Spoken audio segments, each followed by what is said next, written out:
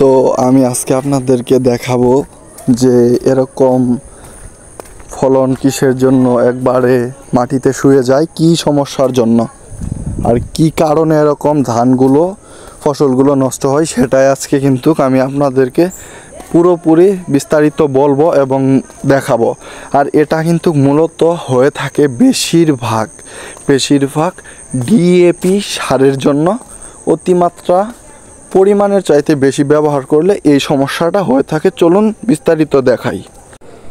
আপনার সুন্দর ধানগুলো যদি আপনি কিছু ভুল করেন, যেমন ডিএপি সার অতিমাত্রা প্রয়োজনের চাইতে অতিরিক্ত পরিমাণের চাইতেও বেশি দিয়ে ফেলেন, তাহলে কিন্তু আপনার ধানের গুঁড়া নষ্ট হয়ে যাবে, মাটি অম্লীয় হয়ে যাবে, যেমন আরও কিছু ক্ষতি হবে। ফলে মনে করেন ভবিষ্যতে ফসল ফলানো কঠিন হয়ে যাবে সেই জমিতে, সেটা কিন্তু আপনাদের লস, কিংবা সেটা ফসল ফলানোর জন্য অনেক ক্ষতি এবং কষ্টকর হয়ে যাবে। আর যদি অতিরিক্ত আপনি ব্যবহার করে ফেলেন, তাহলে কিন্তু এই যে ধান ফসলের গুঁড়া যে সমস্যা হয়, সেটা কিন্তু আস্তে আস্তে এক সময় দেখা যায় মাটিতে পড়ে গেছে, শুয়ে গেছে, জমিতে একদম শুয়ে গেছে। যেমন আমি দেখাচ্ছি আপনাকে কিভাবে শুয়ে যাবে। আপনার এই যে এত সুন্দর ধানগুলো দাঁড়িয়ে আছে, সেই ধানগুলো তখন আর এরকম ভালোভাবে দাঁড়িয়ে থাকবে না। আমি আপনাদেরকে দেখাচ্ছি, এই দেখুন আমি দেখাচ্ছি কিভাবে শুয়ে থাকবে। এই দেখুন দেখাচ্ছি শুয়ে আছে, কিভাবে শুয়ে আছে। এটাতে কিন্তু আমার মনে হয় না যে এখানে আপনি ভালো ফলন কিংবা ভালো ধান বিঘাতে আশা করা যায়। কখনোই এটা আশা করা যায় না, কারণ এটা একটি বড় লস এবং বড় ক্ষতি। এটা শুধু ডিএপি অতিরিক্ত পরিমাণের চাইতে বেশি ব্যবহারের জন্য কিংবা বেশি ব্যবহারের ফলে এরকম ক্ষতি কিংবা লস হয়।